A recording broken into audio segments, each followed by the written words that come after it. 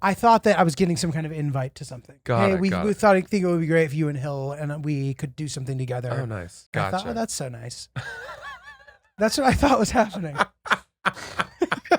But then Francis then asked me if I would speak at the wedding. Yeah. And I was like, whoa. And I got like shy, dude. Oh. I got really shy. Little shy guy. And I even said it to them. I was like, I'm feeling a little shy. Like I looked down. Welcome back to Oops the Podcast. All right, lots to unpack here. I got something for you. Please.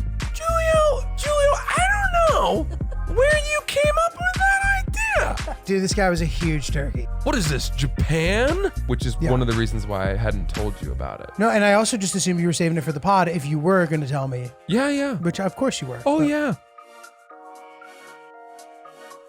Here we are, Oops the Podcast, a seminal episode.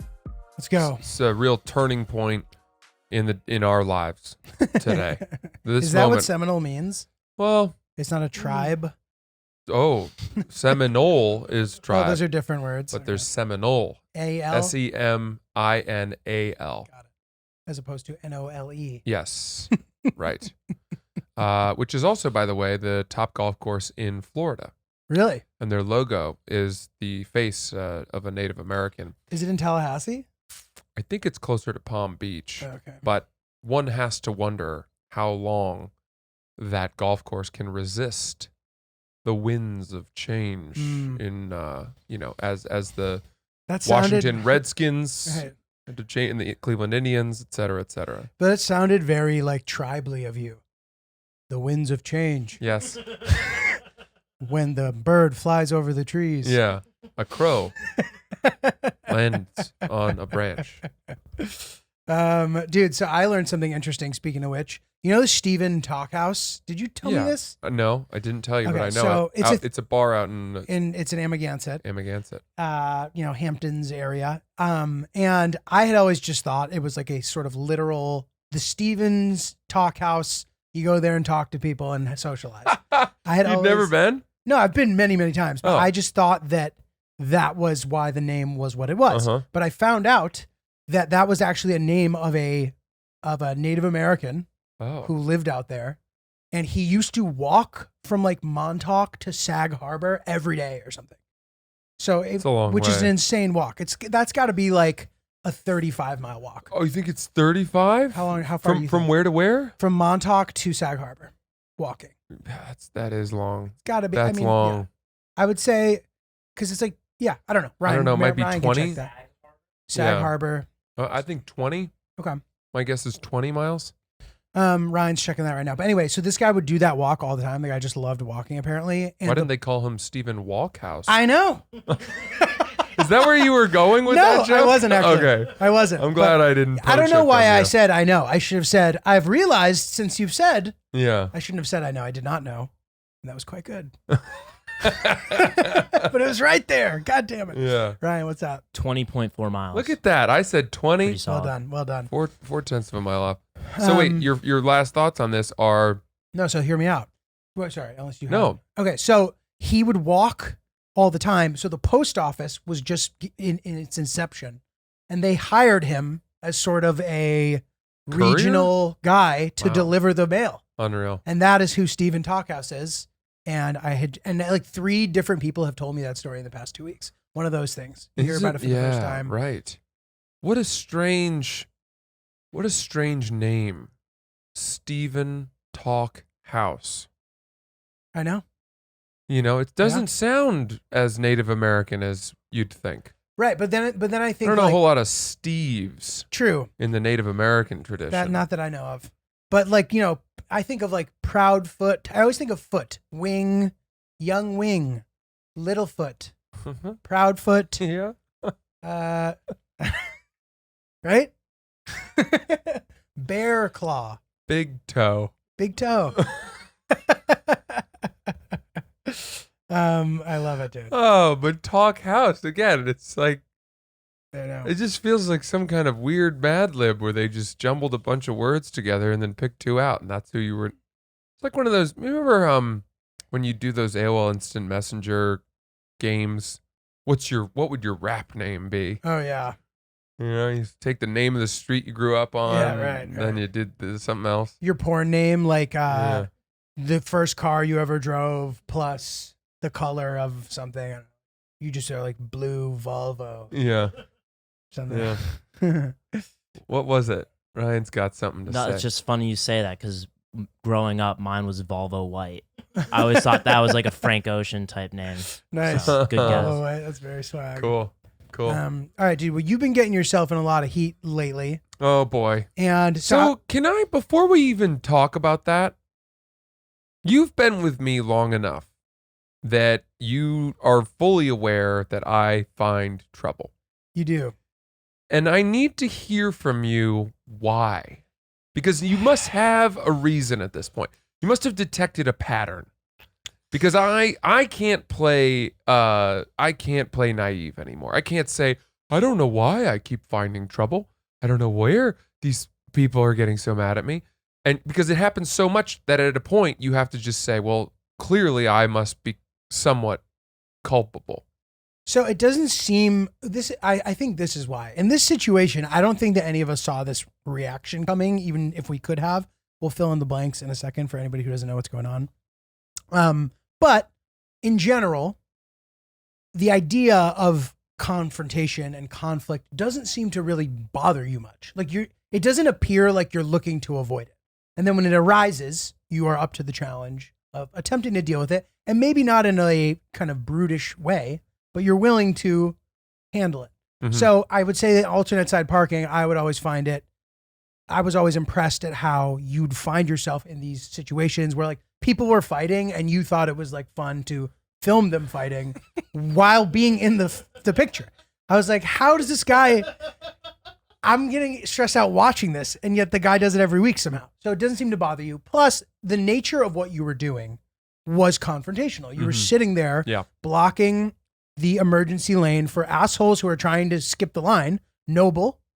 But still, people are honking at you, and you are like, that just doesn't seem to bother me that much. Enough to stop you from doing it. Mm-hmm. And I would say that the blowback is maybe separate. Well, that's my theory. It's a good point. So the video I made where I blocked the shoulder because people were using it to cut on the highway, and we've gone into depth on that.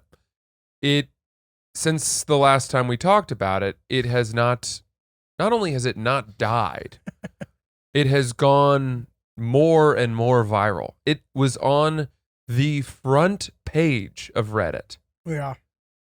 You go to reddit.com and that video was on there. Yeah, that was crazy. It blew the fuck up on there. And the reason why I think that there was so much one-sided responses on Reddit to it there as opposed to Instagram and stuff was because the person who had nabbed it from my Instagram account and had posted it on Reddit, first of all, posted it under idiots in cars. Right? So it's a whole theme of everyone who's doing these videos and driving is the asshole. Right. They introduced you from a negative angle. Yeah. And then the caption they wrote was, when you think the emergency lane is not actually for emergencies, or something like that, where it was like clearly saying this guy is preventing emergency vehicles from passing on the shoulder. Mm-hmm. And the last part was that nobody in that thread has any idea that I'm a comedian. Right. So when I said not all heroes wear capes, they took me seriously. Right. They took me to think that I thought I was a true hero. Right. They somehow thought that by doing that, you thought you were stopping the response of people storming the Capitol or something. Correct. You somehow got looped into that. Yeah. And, what happens is it doesn't take much. Whoever's there early on that thread and writes a comment that people agree with, those get pushed to the top. And then those top comments define the narrative. And, everyone was just saying, like, this guy, fuck this guy, very punchable face, all that. Now, I'm enjoying it. I'm not really reading too far into it because I know it's all just a mess and it'll make me feel bad about myself.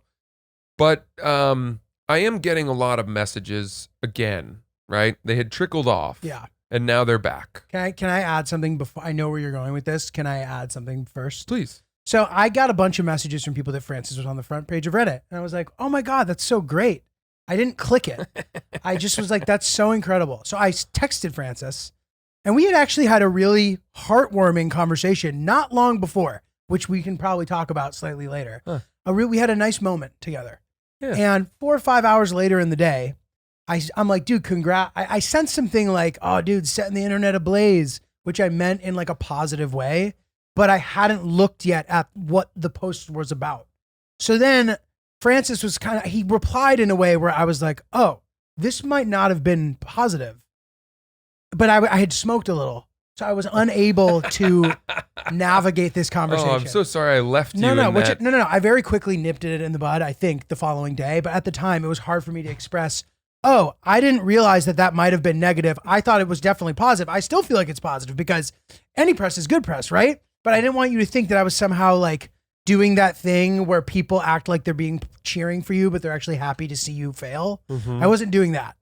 But I didn't take any of that way, and I have to stop you and say, no pun intended, when you said nip it in the bud from smoking weed. I had to get that in there. That's fair, yeah. So anyway, then I'm like, oh God, I am now rubbing it in, like this is, maybe a thing that I shouldn't have brought up. But I do stand by that. It's great to have your thing blowing up, even if it's bad. Totally. As long as you didn't do anything that bad. I would argue that this is not bad. I completely agree. Okay, and for context, while you were tearing your hair out and while the internet was tearing its pubic hair out, I was playing golf at Pine Valley. Oh, wow. Which is the #1 golf course in the country. This was a lifetime bucket list dream, out of the blue invitation.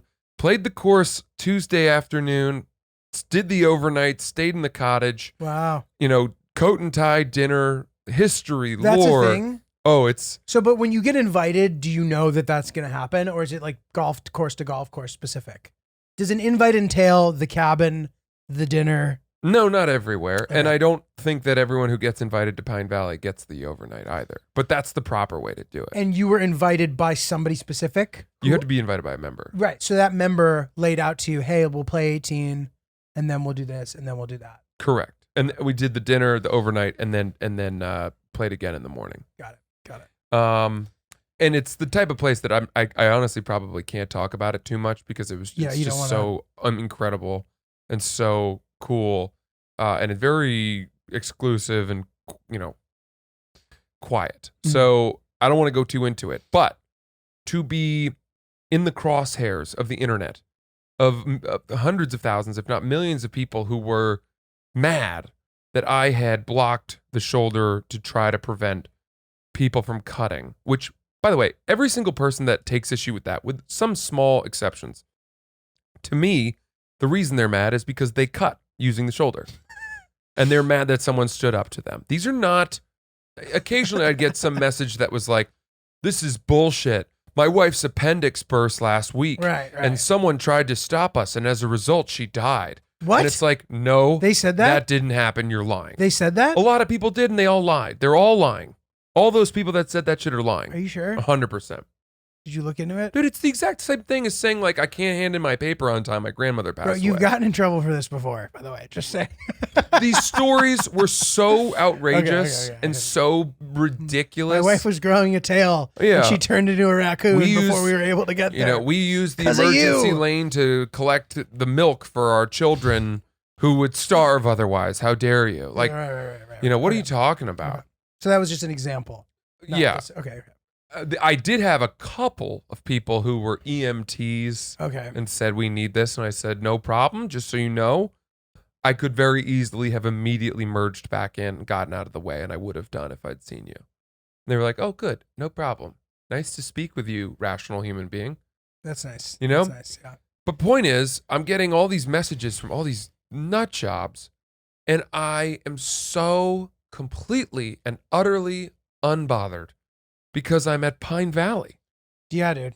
You're having Imagine your like Donald being Trump moment. I'm trying to think. Like just shaking your booty, getting ready to tee off. You're like, Imagine if you were at like Imanyara, like one of the Amman hotels at their spa. I know. And all of a sudden the internet started yelling at you. I wouldn't know because my phone would be in the locker.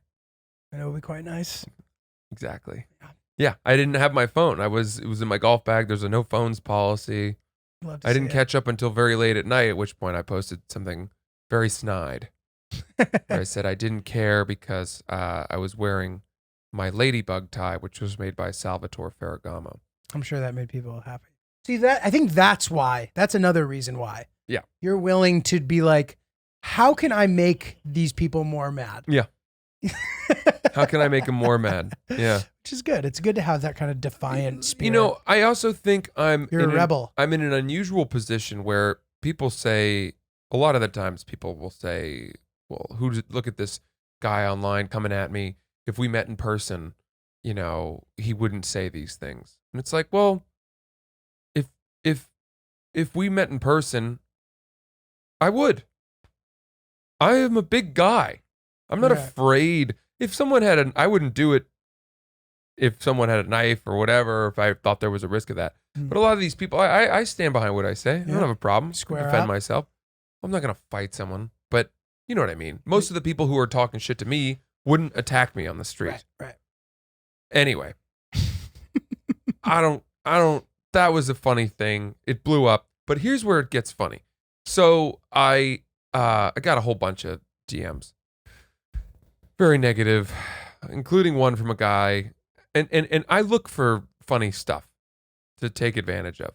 And one guy wrote me a message. This guy, Bill Flint. His name's Bill Flint. And he wrote me a message and said something like, you, you know, if you did that near me, I'd pull you out of your car and beat the shit out of you. You loser. And I looked at his picture and he was like, I don't know. He looks like modern art. He looks like a model for a very modern fashion house. Egon Schiele. Yeah. I don't know. Is that a real person? That's an art. Ryan, can you pull up? I might not be pronouncing it right. I've only seen it written, but like the skinniest, like Egon Schiele. No, these are the Egon Schiele paintings. I'm sorry to all the art buffs. Don't you show me this? I'm gonna want one. Potentially pronouncing it wrong. But anyway, this is the person I'm. Yeah. So this guy says this to me, and I think, well, if you're threatening me, then I don't have to protect you. You know what I mean? Mm-hmm. I don't owe you your privacy if you've done that to me. Yeah.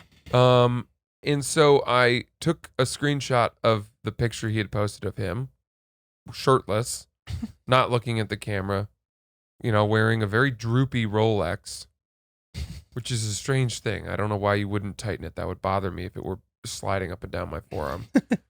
Here's Egon Schiele. I can't even see that. Are you censoring the penis of the figure? Why? Oh, smart. It's just very skinny. I kind of like this. I like cool. that art. The point is, so then I posted an Instagram story of what he had written to me, and then the next slide I said, "This guy thinks he can pull me out of my car." Like this guy. Mm-hmm. I wanted to say something like, "Dude, you couldn't pull your daughter out of the car if it were on fire." I had so many different versions of the joke that I wanted to respond with, and I wrote back, "Pull me. I'm 210 pounds. You look like a prisoner." I immediately regretted it. I had such better jokes. I thought I should have said he looks like a half-eaten charcuterie board that people weren't that interested in. I had so many ways of describing his very goose-like body. It was a very spindly, you know, young tree, a sapling that's not getting enough light. And that's my favorite thing to do. And he's coming back at me, telling me he's like, "Fuck that, dude. I lift weights all the time." So immediately I was like, this fucking turkey. And dude, I posted this, and it's the most viewed story I've ever had. Nice. I've gotten more DMs from people. People really relish Listen, man. when you call out trolls. If you blaze a trail, like people will notice. You know, like at the end of the day, I think the fact that you find yourself in these prickly situations and are willing to take them head on is something that will probably help you. Maybe. You know, there's no reason to make unnecessary enemies. Someone I really admire, Giulio, about who's I like to take a page out of their book, who always to me rose above the smoke, had no interest in courting any sort of controversy from people who didn't matter, from the white noise, is actually Alex Cooper from Call Her Daddy. Titan of the industry. Yeah. I've always admired how she just had no time whatsoever, was completely unmoved by anybody who said anything bad about her, little trolls, people talking shit, whatever. Just, it's as though she just always had her vision, her eyes set on the mountaintop, and that none of the people, the gremlins that tried to tug at her heels had any effect. They had no effect on her. Yeah, it's an interesting thing to think about. Like, because at the end of the day, do these people have any control?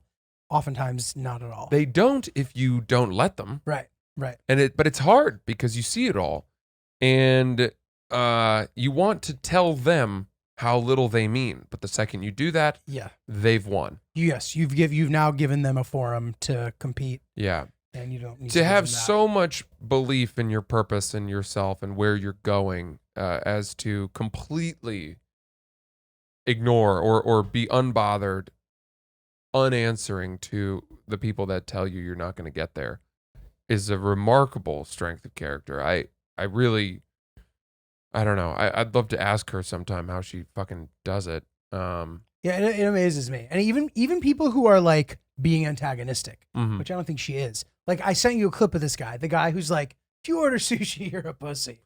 I saw that. That guy, dude. What's that guy's name? I think it's an Andrew Tate. Andrew Tate. He's blowing up. He makes me laugh really hard. He's just this kind of like macho guy who's, he runs this thing called Hustlers University that, like, you're supposed to make you rich. I don't know. It's kind of like a very abrasive form of self-help.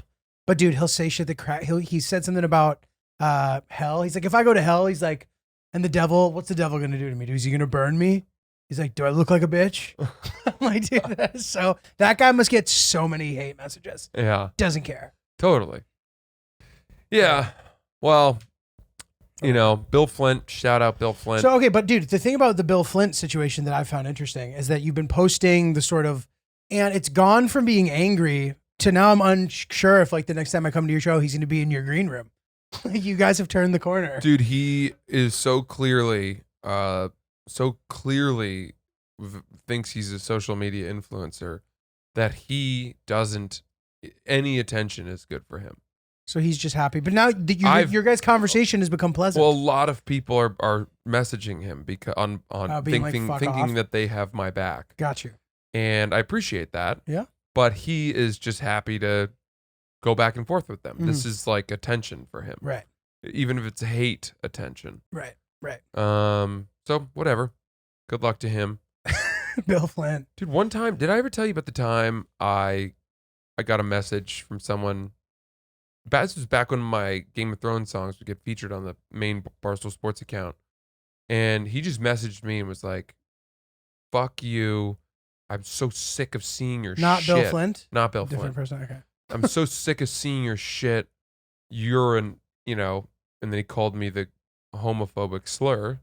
Okay. And said some nasty things. And I looked him up, and this dude, was so visible, so easily visible. He had a very good job. He was working at his like dad's hedge fund. He had gone to Del Barton, which is a really good elite private school in New Jersey. Del Barton? Del Barton, yeah. I've never heard of that. It's a goofy name, Del Barton. It's like the top Del Barton boys private school for sports in New Jersey. Okay. And they yield a ton of incredible So it's like, athletes. what's the one called that like Luol Deng went to? Like that kind of Blair Academy equivalent sort of thing? I don't know. I mean, it's probably more. I don't know that it's like a sports powerhouse on the level of an IMG or a Oak Hill or anything like that. Okay. But more like if you're a great athlete guy in New Jersey and your family has a lot of money, you might go there. Okay. So I was like, man, this dude, why don't I air him out? Yeah. Why would he do that when he seems to have a lot to lose? Right. Because a lot of the time you get these anonymous Instagram handles, people that have 0 followers. It's just a burner account that they're using to throw knives at you. Mm-hmm. And there's nothing to be done. You have no idea who that is. There's nothing you can do. But if there's somebody who's using their real account, they have a prominent LinkedIn page and all this. Yeah, it's like you're like, dude, why would you risk me? They somehow don't think you're going to see it or something. Blasting you and like putting it up on my Instagram and having your employers see it, all that shit. I've never understood that. I've had people who, like, this one guy was injured in like a terrible accident, and he was like harassing me and commenting on all my shit, and I like considered doing something, and then I like look at his thing, and he like had this like life altering accident. I was kind of like, I'll let you have this one, dude. Wow. I'm sorry. That's hard. Did you say anything to him? No, I just never responded. You should have said that, because you know what?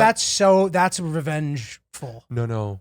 You don't think so? Not if you're Vengeful? not if you're feigning sincerity. But there's no way to be fully sincere about it. I know, but he doesn't know that. So if you wrote to him, and I know your life's been tough. If you wrote like, listen, I know your life's been tough. No worries at all. I get where you're coming from. Have a great day. And you don't have to mean it. You can be a total psychopath. Just send that message devoid of empathy. Yeah, I think about that sometimes. But to your original point, it just makes them feel bad about themselves. Totally. It makes them a better person. It makes them be like, next time I won't do that. And I think about that too. It's almost like the opposite. It's like a promising young woman sort of theme, where one troll at a time, you're stopping them from trolling. Yeah, grassroots. Whereas she was sort of stopping guys from being scumbags. Yeah, you're weeding the internet. Yeah, but But to your point, sometimes I'm like, engaging is a mistake. It's probably a blanket policy of not engaging is always a winning policy. But the show the mirror to them, Francis technique is a pretty strong one. It seems like there's a high success rate. It can be, Show the mirror. It's either that or it's ignored completely. Right. Onward and upward. Hopefully, no more. Yeah. No more serious. You've been having some issues with your doorman. Oh boy, I was wondering if I even wanted to talk about this.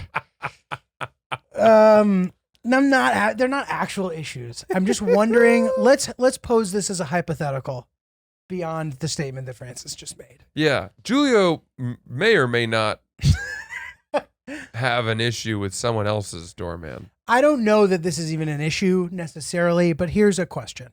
Is it appropriate, in theory, for a doorman? I've already exited my building. I'm walking down the street. I'm actually on my way here. And I'm probably 30 yards now down the road. So in order to get my attention, you actually need to yell to get it. So you've yelled now to me. You're the doorman. You yell, hey. You actually don't even yell my real name. You yell some other name. Maybe because you think it. Or in my head, I'm like, maybe he was just trying to say bro or something. But I thought he said John or Jay or something. Hey, John.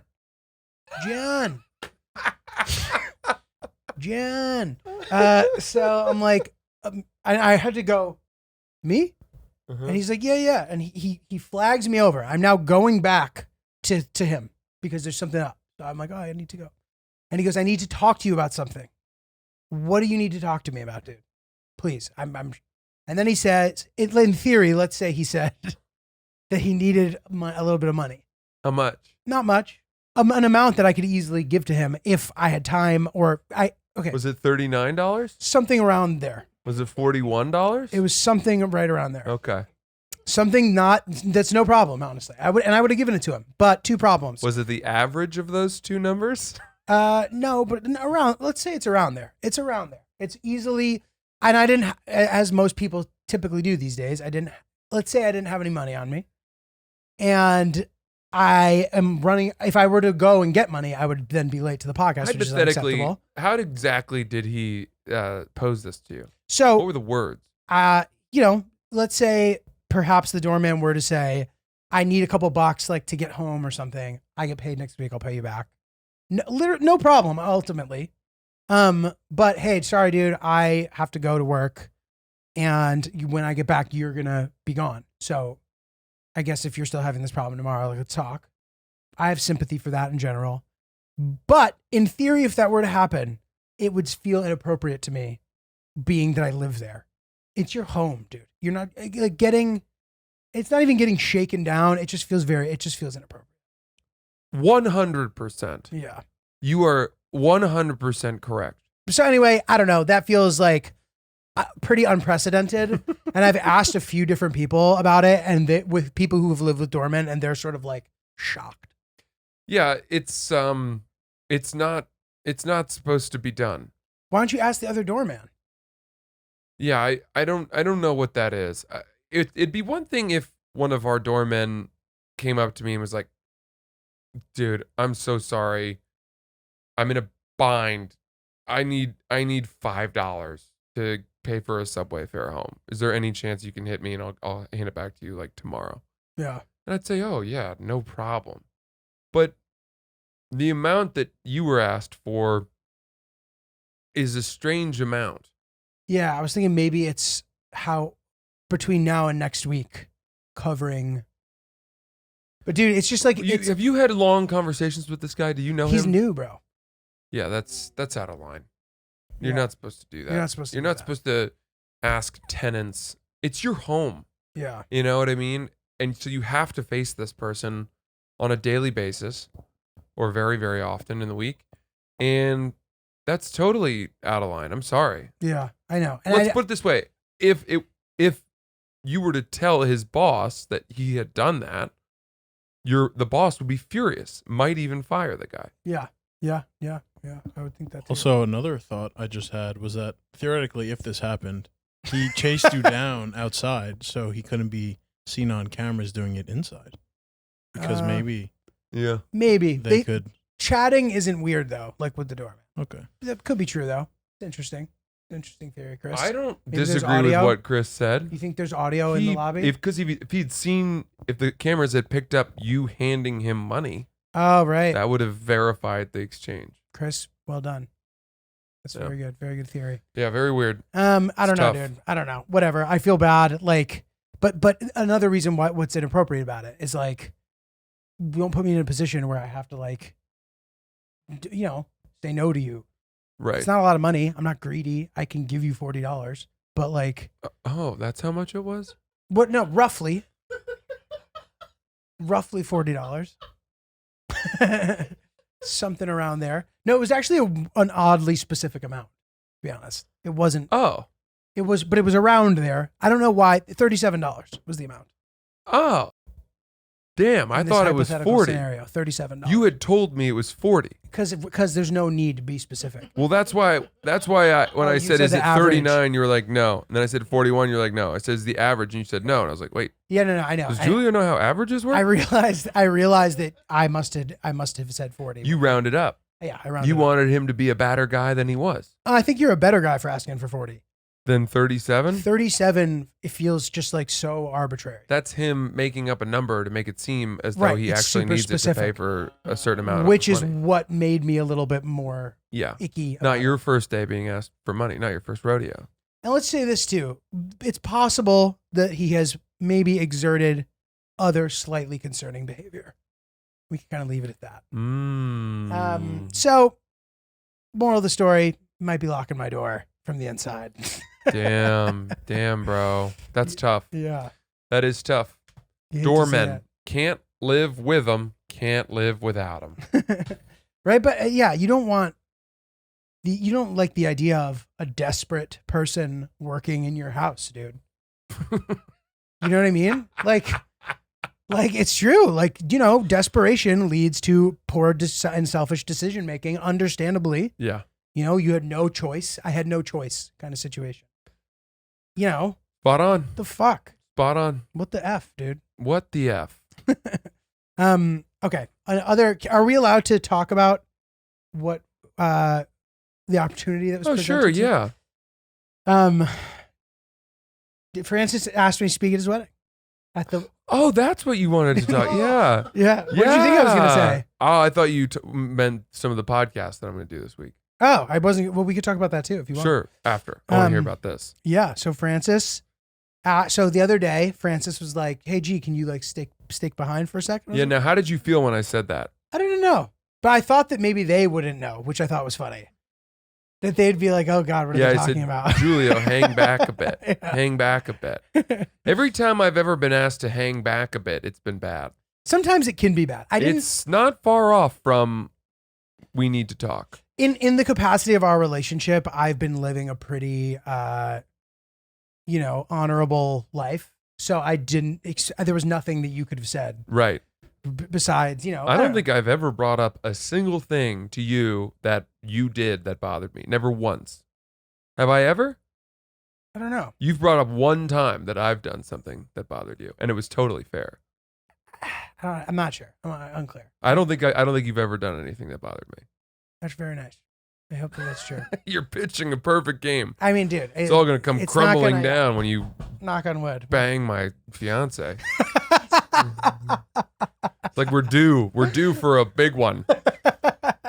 All this time, he's been automatic. Big eruption. Yeah. So anyway, asked me to hang back, and you asked Sierra to come up, and then you guys were going to tell me something, and I forget what I thought you were going to say. Yeah, I'm curious what you thought it was. I did not think it was going to be what it was. I thought that I was getting some kind of invite to something. We thought I think it would be great if you and Hill and we could do something together. Oh, nice. And that you were inviting us. Gotcha. I thought, oh, that's so nice. That's what I thought was happening. But then Francis then asked me if I would speak at the wedding. Yeah. And I was like, whoa. And I got like shy, dude. Oh. I got really shy. Little shy guy. And I even said it to them. I was like, I'm feeling a little shy. Like I looked down. I sort of, I was trying to, and Francis then clarified, he's like literally at, the actual wedding, which is an even kind of, in theory, a greater honor. Yeah. So honored. We had a nice group hug. Yeah. And it was quite nice. And I've slowly begun compiling what I am to say when the day so comes. great. Slowly but surely. Well, I appreciate it, G. And, it was kind of going over in my mind who I wanted to speak because she's got, her friend speaking for her. And I say for her, but I think that you're a great appointment from both of us because you are super close with Sierra. The two of you hang out more than you and I do. And you know her really well. You've known us almost as long as we've been dating. Right. From the day that she came into my life, you were very close behind. So, plus, our ladies are both very tight with each other. And you're the person that I talk to in my life more than you're like, it's, Sierra number one. I think my parents too, but you're probably three. Right. No, same for me. We talk constantly. To the point where if we weren't making money doing it, we probably would have to put a stop to it. Because it would be counterproductive. We'd have multiple hour conversations sitting here. At some point, we gotta get on with our lives. Yeah, this is America. Yeah. There's no time for dilly-dallying, brother. Ladies like, what are Giulio and Fran doing? Oh, they're just sitting in a room talking for 3 hours again. It's Tuesday. It's odd behavior. Yeah. So, I just thought, my God, there's no one that knows me and us better. And plus, you're obviously a very skilled orator. Thank you. But I also want you to not feel a lot of pressure. So it's funny. So this happened too. So Francis asked me, and then in the sort of wake of asking me, immediately started being like, I know now this means maybe you won't be able to drink. He kind of started listing off negatives of what he had just offered me. Sierra stopped him and was like, we're working on this with Fran. Yeah, I have a problem. She's like, you don't need to say something and then start qualifying it. I qualify and apologize for asking people for things that they would be happy to do for me or with me. Yeah. I'll invite people someplace. Like, let's say I said, hey, Chris, want to go get a beer later? And before you answer, just know that I know it's hot out. Yeah. inflation is tough these days. Like, we're not really beer people, but I want to spend time with you. But like, again, Yeah. I'm not that easy to get along with. If it has to just be one beer, maybe that's for the best, etc. Like, I'll do that. I have this desire to give people an out. Yeah, it's a good quality. It's coming from a good place. You are trying to show, hey, I know, because in your mind, you think about all this stuff. Comedians, especially, we think. So you're like, I know you're thinking perhaps what I'd be thinking, which is, oh no, I can't do this or that. But like, so even more so, I appreciate it. Yeah, I think where you're coming from. I think so. I also wonder how much of it is even genuine, though, is my problem. This is a problem for me. Where am I doing a lot of this walking back to just give off the impression that I'm an appreciative person? Right. Because then if you had said, oh, now that you mention all of those things, Fran, you're right. I don't want to speak at the wedding. Right. Which then I would have been like, preposterous. damn. Dude. Yeah. Why did I do that? Right. But no, I mean, I thought it was innocent. Yeah. I completely understand. My goal is to surprise you, not in a way that is controversial by any means, but to have things that you wouldn't even notice that I've picked up on. Totally. And I've already begun to compile some of them, and I hope to have a couple good zing-a-lang and ding-dongs. Super fun. Ryan I can't and Chris wait. will both be in attendance. Yeah. And I look forward to it. That's right. Gonna be big. Gonna be fun. Boy, it's barreling towards us, We are pal. barreling towards We are it. very, very close now. Are you guys excited? It's gonna be an Oops the Podcast adventure. I'm so excited to go to Maine. I've never been in the summer either, and everyone says it's incredible. It's Same. really good. Yeah. I've only been there for an afternoon. It's really good, you guys. Chris and I are whipping it up together too. Oh, fuck yeah, Yeah. kid. Yeah. Nice. I have to make a playlist or something. Fuck yeah. Or we could talk the whole time. Damn. They show up holding hands while driving. That's really sweet, guys. Fucking love it. You're both nice boys. Fucking love it. Fucking love it. Dude, I'm excited for the month of August because it's just like going to be a chill month. July, I traveled a ton, a lot of work, a lot of tiring things. And August is going to be fucking chill. I have one road weekend.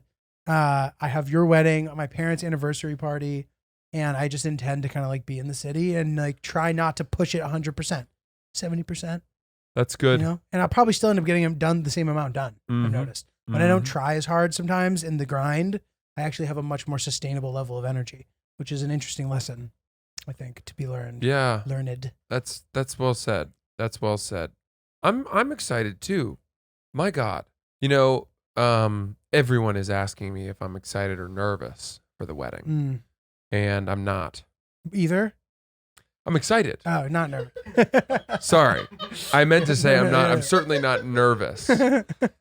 And I think one of the reasons is that I have no doubts about the person that I'm marrying.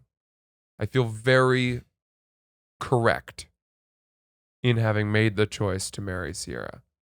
And that sounds a little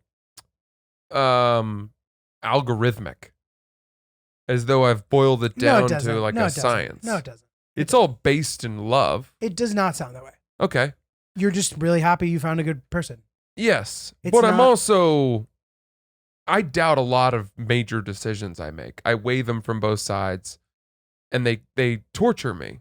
My decision to withdraw from law school was a torment. That's a hard decision, though. My, all kinds of choices that I've had to make in These my are life difficult decisions. have taken me weeks, if not months. This decision, well, certainly, I guess you could argue, was made over the course of the 3 years that we dated until I proposed.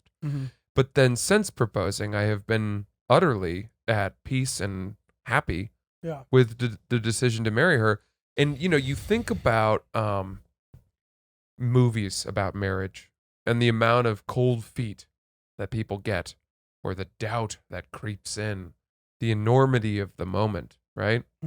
And I haven't really experienced any of that, which is really nice. Yeah. It's nice not to hear the devil on your shoulder, Mhm.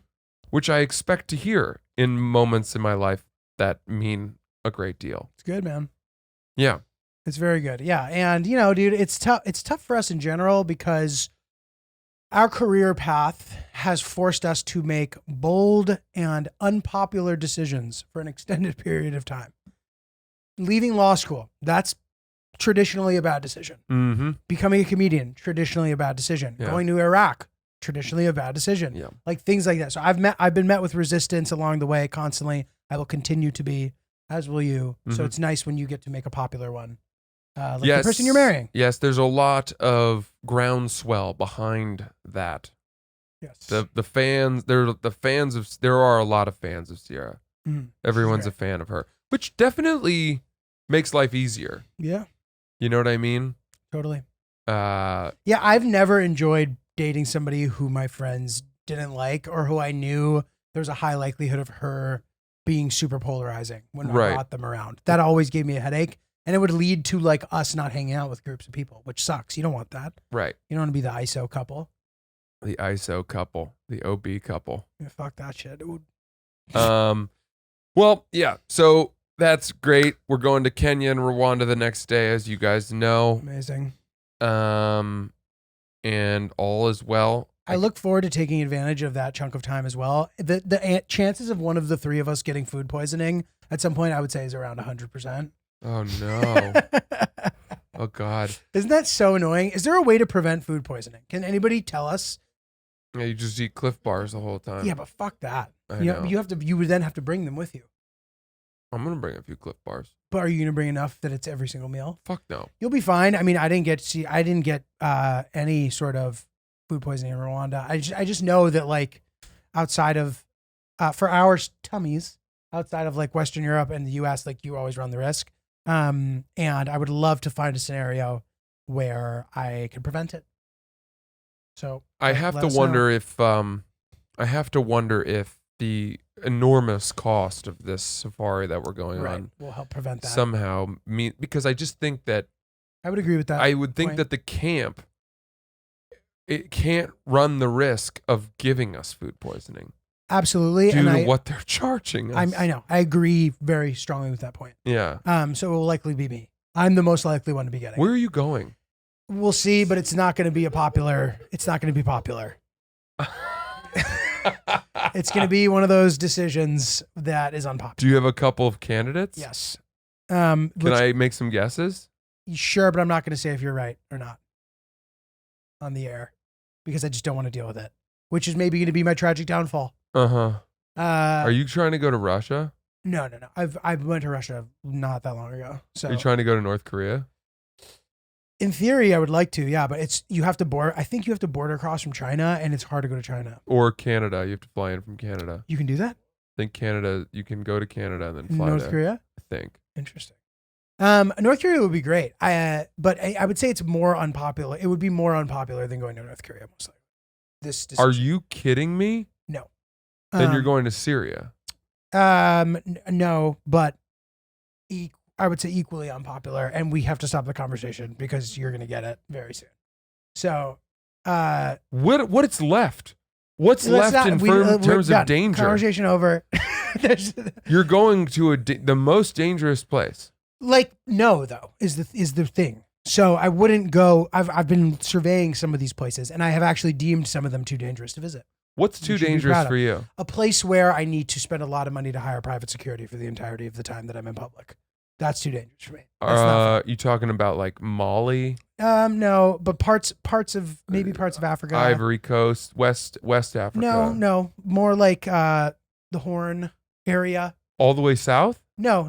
But regardless, place where I have to hire security, and A, because it's too expensive. B, it's not as dynamic if I'm going to be filming, because it would be fun to do a beach day. Oh, let's film a beach day in this disputed place. But you know what's the opposite of a chill beach day? Armed guards standing behind you while you sunbathe. Sounds really chill to me. Get them to put my sunscreen on. Yeah. So anyway, Can't hold their guns. figuring it out. I hope to not get food poisoning, but whatever. Dude, I'm fascinated. I'm so curious. I don't know what's worse. I don't want to distract you though on your travels. So I almost want to let you get back and not tell you and then tell you. Dude, if you think for 1 second that while I'm playing tic-tac-toe with a bunch of gorillas that I'm going to be concerned for your safety on a trip you chose to do? I am mistaken. You are outside of your goddamn mind. That's very funny, dude. That's very good. That's very good. Yeah. All right. Well, dude, I have a couple emails for us that I think will be rich topics of conversation. Great. And I thought that perhaps we could attack some of them. Love a good email. This is a good one. This is called a sleep schedule question. Oh, nice. Hello, guys. Day one pod listener. Love you guys, in quotation marks.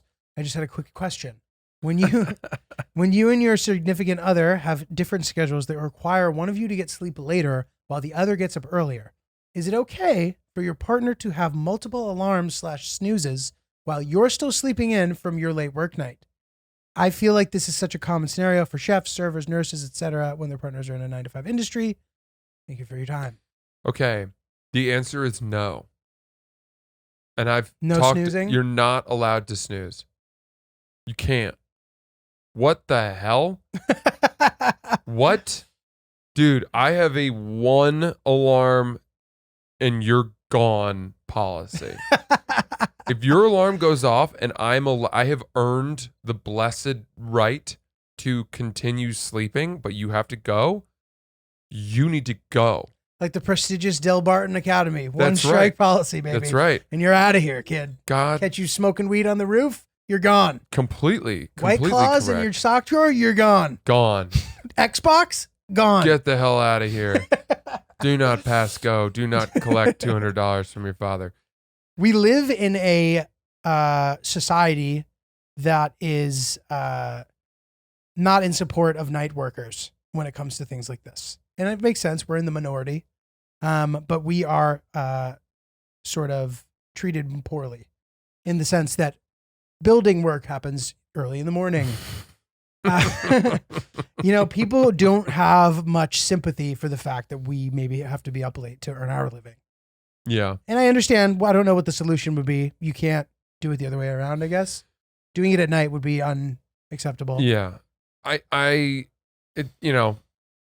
Look, I know I can say that my stance with such a firm position because I've had to wake up before Sierra many times early for all kinds of things, flights, golf, whatever.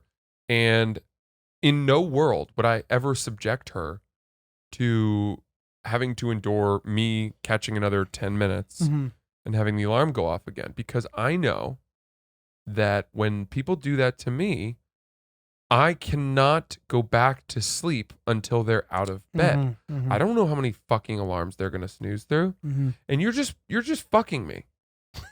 You're just ruining me. And it makes me hate you. And it's okay to have that position as long as you abide by it yourself. That's my take. Fair.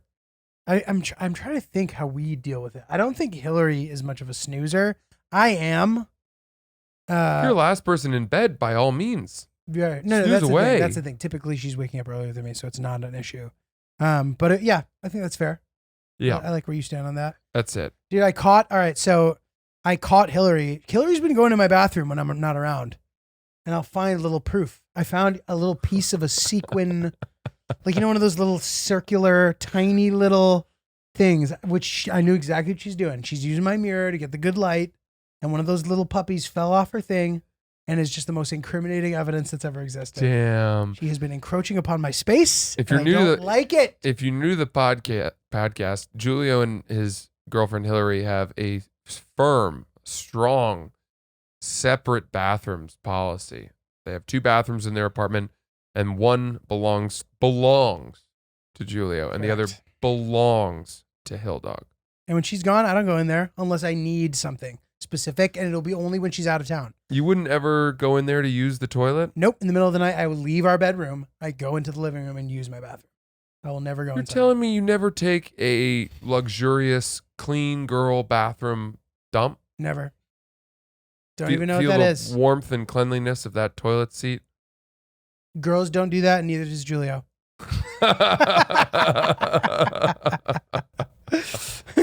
Fair enough. Fair enough. Okay, I have a question. Ryan, are we allowed to ask the questions for Ryan email on the air? We had screenshotted to you at one point. Okay, this is called Questions for Ryan. Hello, Oops Boys. I love you all so much, but today I would like to address Ryan directly. Wow. Thanks to this podcast, I have followed Ryan on Instagram and I love the content. Ryan is really polite, by the way, guys. Check it out, as well as Chris.mp4. Check it out. Anyway, back to Ryan. He is really funny in such a clever way. I wanted to ask Ryan, firstly, if he is single. I think we can answer that question immediately. Not. Ryan is not. No. Are you muted? Unmuted? Okay. Ryan is not single.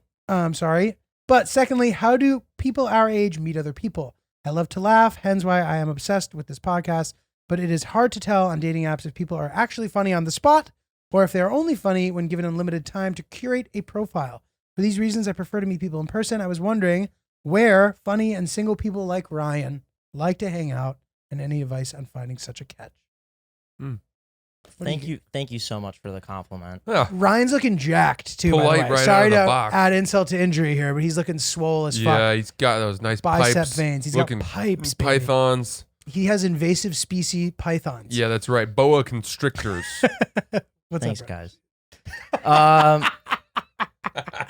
I would say the best way to meet people would probably be joining, doing gym classes, doing intramural sports with others. I can't think of too many things that I've done just since, I don't know, I've been in my relationship for quite some time. So I would suggest participating in either of those. They're usually happy hours with that. I don't know, Chris, if you have anything to add.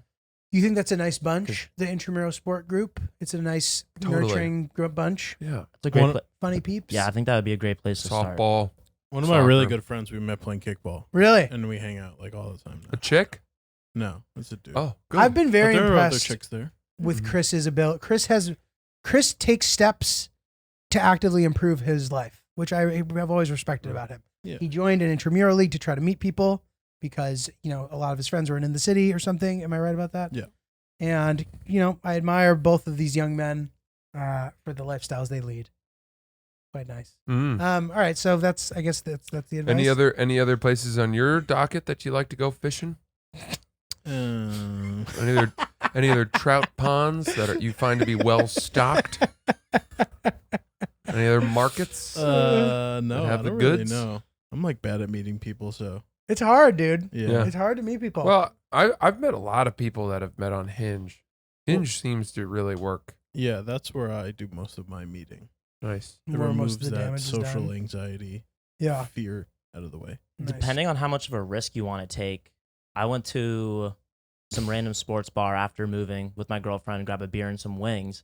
And we met some guy that was there by himself, just drinking a beer. And we talked to him for a couple hours. Wow. And his name was Vinny. And we didn't exchange numbers, but It was a that good step. opportunity was there for us to do so. So if you're comfortable with going out by yourself, even a coffee shop too, Yeah. you can make it happen just I by got- being around others. I got something for you. Good? What's up? Sitting at the bar at restaurants Oh yeah. is a really good move. Because you a lot of the time you'll find other people that are eating alone at the bar. What city did this happen to you again? Oh, I do it Austin. everywhere. Austin, Yeah. you had like 2 situations where if you weren't engaged, you likely could be net by now. Yeah. Yeah, you go sit at the bar. People are traveling a lot of the time, right? Mhm. People are in your city. They don't know anybody. They're just there for a couple of days. They want to eat at the bar because there's always this idea that by eating at the bar, you'll seem less alone, less marooned. You can talk to the bartender. You're sitting next to somebody instead of at a table, which is much more overt and conspicuous, kind of. What's the problem with that though? Do people hate that from an optics perspective? What, sitting at a table? Yeah, alone. Or it's just less of an opportunity to meet people in this context. Well, that's really the only thing I'm saying. Yeah, okay, Some okay. people do really not like the idea of eating alone at a table. I do think it looks more alone than eating Yes. out at the bar alone. Yes. Great. But saddle up next to someone at the bar, even if it's another couple of people, you're next to them. You're next to them. It's the kind of the equivalent of joining their table. Right. So you might be able to just do what Vinny did. strike up a conversation with a nice couple. Next thing you know, you're having a nice meal and you're talking to people. And that's a really nice thing to do. Maybe they like you. Maybe they have friends that they can introduce you to while you're in town. Yeah. Hey, we met this great guy. He's a brain surgeon who also happens to fix cats. His name's Ryan. Sure had a lot to say. He's not only does he fix cats and he's a brain surgeon, but he's the foremost recycler of Tupperware containers and once saved an elderly woman from falling into a volcano. Sounds like a really good person for you to date. That was like an improv exercise, dude. That was impressive. Well, and then they find out that Ryan was lying. Ryan. And in no way should he be leading Facts with Ryan. Because he's the liar. And he's been pulling our chain all along. I think that's another thing too, fun, by the way. If you're a person sitting at the bar in a new city and you're just in town for a day or two, you could just make up anything you want. You can be anybody. Dude, this guy that I know, I used to be on a prank show. Do you know that? Yeah. I was on a prank show. The guy who wrote it is like the ultimate prank master. He created that show, Boiling Points. I think he's on the Howard Stern show now. This guy, John Blitt. You can't go in public with him without him making it funny and weird by lying to whoever you encounter. So like, you'll be at the bar and we were at like somewhere in the village and he's like, the bartender's like, what do you guys do? He's like, we're in the circus. And then he'll go into this whole thing about how we're in the circus and I'm a flame swallower and he is a trapeze artist.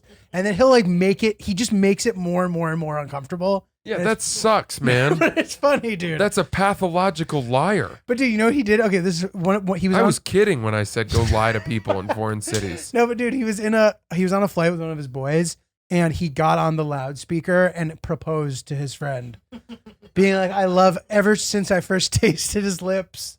It's like a pretty funny prank, but that's a pretty good one. He's constantly pranking people, and it's but to funny. bring you in on his lie and then force you to be like, yeah, I swallow flame. You know what you're getting into with him, though. Like, you know him beforehand. I would be like, that guy is life. Exhausting. He's about that life, dude. He forces me to be so deceitful, but he calls it yes-anding.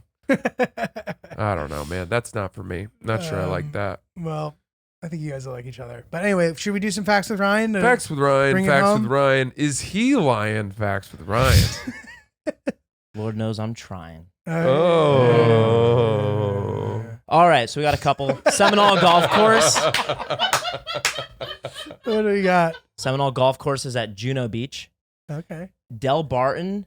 I grew up near the school. Just so you know, the #1 Yankees shortstop prospect probably going to be playing next year unless he gets traded within the next couple of weeks. His name's Anthony Volpe. Mm-hmm. He's a big name to look after that's coming from Del Barton. Wow. The median of 39 and 41 is 40. Yeah, but that's not the mean. Is that the mean? The mean is the average. Median of 39 and 40 would probably be 39 and 40. Okay. Median's a middle number. So if you had a set of 3, it would be the middle number. But if it's 2, I think it's both. You're right. Toronto to North Caught Korea. him. Very good. Caught him lying. $17.35 for a ticket.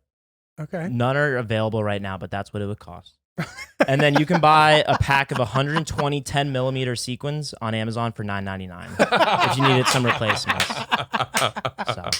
Thank you, Ryan. Very, very good. Very good indeed. Francis, what do you got coming up? Oh, gosh. Well, let's think. Besides your wedding day. I've got Red Bank, New Jersey. The Count Basie Vogel Center for the Arts. That's August 10th, which I'm excited for. And then in September, I'll be in Greenville and Charlotte, North Carolina? Yes. Yeah. And that's towards the end of September. If you live down that way, check out tickets, francisellis.com.